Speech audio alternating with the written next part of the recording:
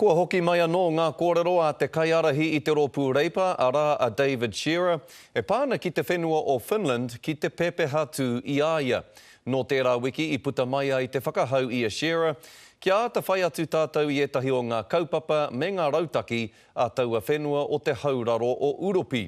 Engari, no te rānei i tā waitia ai tērā whakahau e John Key, me tāna whakatau kei te hoko atu hoki a Finland i wārātou rawahinonga.